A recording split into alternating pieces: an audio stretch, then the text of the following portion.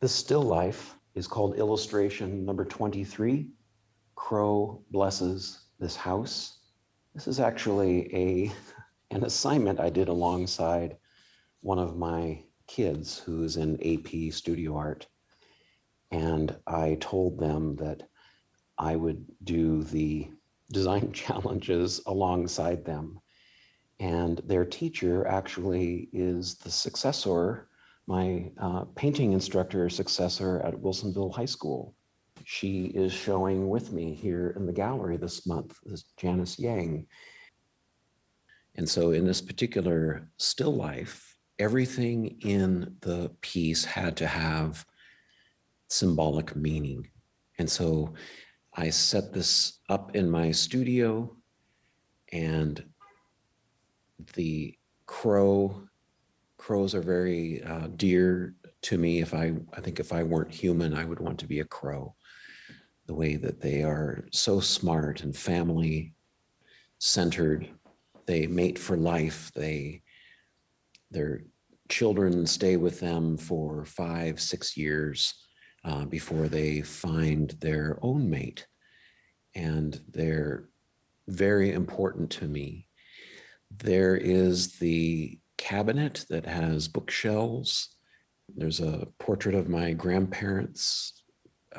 My father and grandparents are war refugees from Eastern Europe. Next to their picture is a candle snuffer.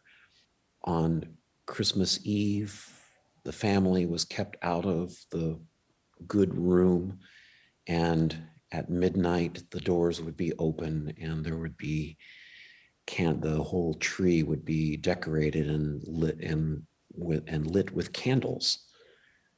And the candle snuffer is also symbolic of a life snuffed out, because in 1944 they had to leave their farm and land that they had worked for. The family had worked for 14 generations. The storks nest in Eastern Europe. They also mate for life, and they have very long migrations. They migrate down to Africa, the African continent, and then they return in the mating season and always come back to the same nest. The books represent education, and that was heavily stressed in our home, with the knowledge that at any given time we may lose our home. And one thing that nobody can take away from us is our education, our skill, our creativity. The print of the kingfisher in the background, that's an historic print that my mother had in our home when I was growing up, and I have spent countless hours looking at that and some of the other bird prints that she had. That had a big impact on me. The little vase and the tablecloth have floral patterns. That's in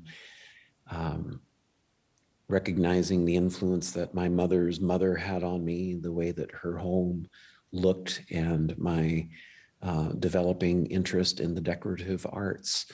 The lamp was given to me by a very important friend, lifelong friend, who it's so that having that be a light source is symbolic for me. And then the crow is standing on photo album that has all the photos from the homes and lives back in Eastern Europe that were lost in 1944.